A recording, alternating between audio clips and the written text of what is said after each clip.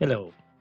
In this video, I will show a game that I played today with some of my students who are beginners with a little bit of experience playing in a couple of tournaments. So the intention is to show the kind of mistakes beginners make, um, how to avoid them so that you can take your game to the next level. Here I'm playing black. My students are white.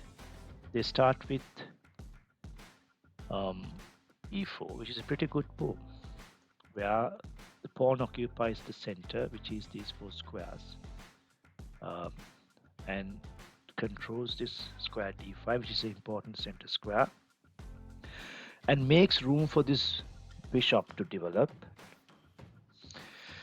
I wanted to try something a little bit different, so I played e6. Typically, I would recommend the beginners to reply with e5 with the same ideas as white's first move. Here, black would be controlling the square d4 and making room for the bishop to come out and occupying the center square e5. But I played e6. My opponents replied really well with the move d4. Because the pawn is not on e5, it's not challenging the square d4. They took that opportunity to move the d pawn or the queen's pawn to d4 and set up what is called a strong pawn center or a big center. I replied with d5, occupying the center, fighting for the control of the center, and now I'm threatening to capture the pawn on e4. The easiest way would be just to capture here, pawn takes pawn. So it's a it's a symmetrical position, quite playable, and then you just complete your development, moving the knights as well as the bishops. Another move would be to play e5. I wouldn't recommend that for beginners because the game can become somewhat complicated. So leave it for the advanced players. Knight c3 is good, where if pawn takes pawn, knight can recapture the pawn. Knight d2 also would be good. Pawn takes pawn, knight takes pawn. The pieces get freely developed, and white can freely develop the pieces like that. My opponents played f3, which is a bad move. Why is it a bad move? For multiple reasons.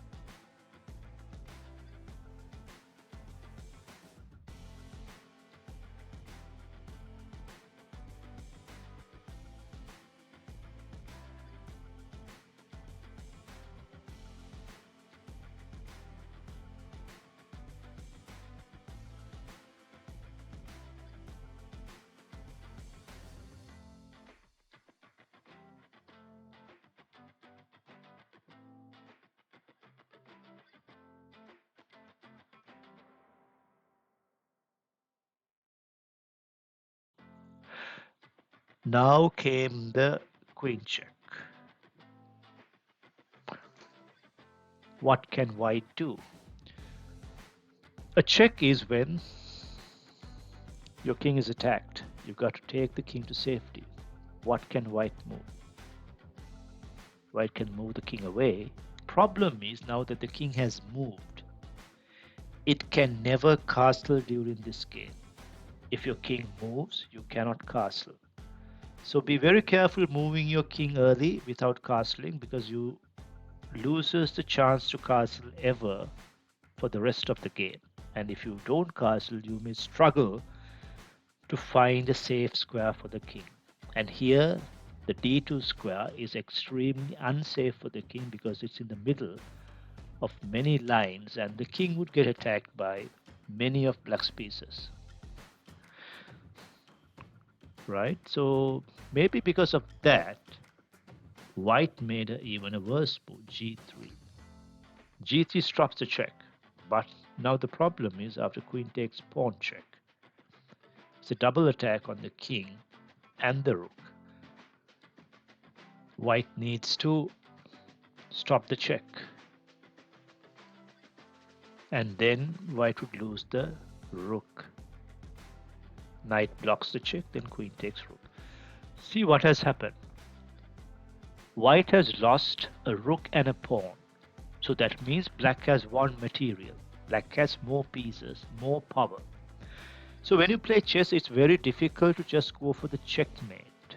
So it's more appropriate as beginners if you try to capture more of your opponent's pieces and keep your pieces safe.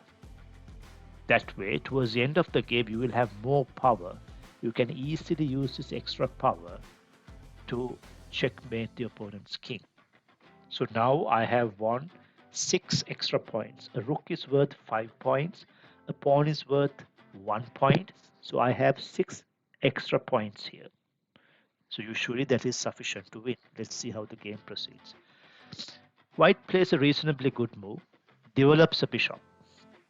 It's very important to get all your pieces out into the open, well developed to good squares. This is a very good square because from here it controls the e5 square and even attacks black's pawn on c7. Even though I was 6 points up, I wanted to save this pawn, but at the same time I didn't want to play a passive move like this. I wanted to complete my development as well. So I moved my bishop to d6, saving this pawn as well as developing my bishop. Bishop to d2. Why? Because I believe my opponents thought that if they play, let's say, a normal developing move like this, getting the knight out, they would lose the bishop. No, they are not going to lose the bishop because the bishop is well protected by the knight and even the pawn. So they could just recapture my bishop. So they are not going to lose anything. Just look at this. Bishop takes bishop, knight takes bishop. So it's an even trade. They lost their bishop, but in return they get my bishop 3 for 3. It's an even trade. So it's more important not to lose time, but to get all your pieces out, especially the minor pieces, the bishops and knight. So knight c3 would have been a better developing move. So bishop d2 is a bad move. It's an unnecessary waste of time. We say in chess, bishop d2 loses a tempo, loses time. So I used that opportunity to continue my development. Now I got my knight developed. Why that knight? Why not this knight? I could have developed this. It's okay, pretty good move. The reason I played knight gf6 was it vacates g8, allowing me to castle. Castling is really important early in the opening so as to make sure your king is safe as well as get your rook into action. So that's why I played knight to f6, making room for the king to castle. c3, another time wasting move. Here it's more important to get this knight developed. Now pawn moving to c3 denies this knight the excellent developing square from where it could control 2 important central squares. Okay, I took that opportunity to castle queen b3. Now white is struggling to get the knight out. So The only option seems to be knight a3, which is, as I said before, which is not a very good square, where the knight is on the edge of the board. Now I got to get these pieces out, the bishop and the knight, blocked by my own pawn. I needed a way to get it out. So I decided to move the pawn forward. I'm not scared of pawn takes pawn because I can just recapture it with bishop takes pawn. Or I could even sacrifice the bishop and move it here, where if white takes pawn takes bishop, I can capture the bishop with the queen and it would be checkmate because my bishop on h3 is protecting the queen. The king cannot capture it, and there's no square the king can move to without getting attacked. It would be a checkmate. So I believe e5 was a pretty good move. What happened was white played queen b5. I think it's a bad move for various reasons. One thing is the knight is still here. So the primary goal of when you start the game is to complete your development. The knight is just undeveloped. And taking the queen out early is not really recommended because queen is such a valuable piece. The opponent pieces, the smaller pieces, the lesser valued pieces can just attack the queen. A better option would have been, although this is not the best move, at least it gets the knight out. Then black plays bishop h3. White can castle and avoid the checkmate, although white might still lose the bishop. That is better than getting checkmated. So what happened in the game was queen b5. I played bishop h3, threatening checkmate. So my opponent realized that and played knight g1. That stops the checkmate, of course, but just gifts the knight for no reason. I just took the knight. So these are the kind of mistakes that beginners should avoid. That is, I believe that is the difference between a beginner and someone at maybe 1000 level of rating, the starting rating level of FIDE, which is the World Chess Federation. In order to get to that level, it's essential that you don't gift pieces and that you can keep your pieces safe. How can white stop this checkmate without giving up pieces? So I can play knight c1. Now, look at this. The queen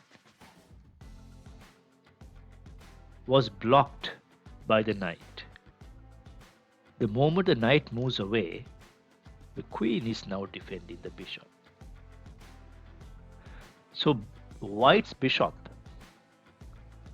is defended by both the white king as well as the queen. So it's double attack but double defended. So I'm not going to get anything by capturing. Let's say bishop takes bishop, queen would capture, queen would capture, king would capture the queen. So bishop and queen, for bishop and queen. So it's an even trade. Black is still winning the game, but this trade is an even trade. So knight c1 would have been the best move here for white. What happened was, knight g1, an unnecessary gifting of the piece, queen takes g1. Then finally, white realized there's no way to get the knight out by knight a3. It had to be played. Here I tried to trick my opponents by playing c6, expecting the queen to move away, maybe here. Then the defense. Now the queen is no longer defending the bishop. Then it would have been checkmate, but my opponents did not fall into the trap, but retreated the queen along the diagonal. So the queen is still defending the bishop. So I had to find another way. I had to find another way of attacking. Now I have the queen and bishop attacking. I need to bring more pieces. I need to bring in more powerful pieces. How? I have this knight, but probably it's faster to bring in this rook. But the problem is if I move it here, it does not attack the king because it's blocked by my own pawn. So I decided to get rid of that pawn. Pawn takes pawn. We say this is this line, they are called files. We say the E file is open. An open file is a file without any pawns. White plays C takes D4. Rook E8 checks. Rooks belong on open files because along open files the rooks can attack. Rooks are long range pieces. They don't have to go to the battlefield. They can attack from far away. If they get an open file, they can attack from their own camp. Now the king is under attack. Bishop E3. Bishop B4 check. King is on the run. Bishop F1. Bishop takes G1. Bishop takes D3. My bishops are very powerful. Look at their control. They are controlling almost all the squares around the king. So the king cannot move forward if it gets checked. So I'm threatening this check with the rook on E1, which is protected by the bishop on B4. It would be checkmate. White needs to stop that checkmate. My opponent managed to stop it. Bishop F2 stops that checkmate. Now if I check here, the bishop can just take it. Okay. So I would lose a rook and a bishop, whilst my opponent only loses a bishop. So I would lose 5 extra points. I didn't want that to happen. So I desperately needs this bishop to be chased away from this excellent defensive square. So I played knight g4, attacking the bishop and asking the question, do you want to save the bishop? My opponent's obliged and moved the bishop back, allowing me to checkmate in 1. Okay, so the game is over in 20 moves. I think this is a very good example of how beginners play and what to improve. I will play more games like this, and I hope next time they will not make the same mistakes. It's really important to be aware of the kind of mistakes you make, and that awareness will help you avoid such mistakes when you play games. Hope you enjoyed. See you soon.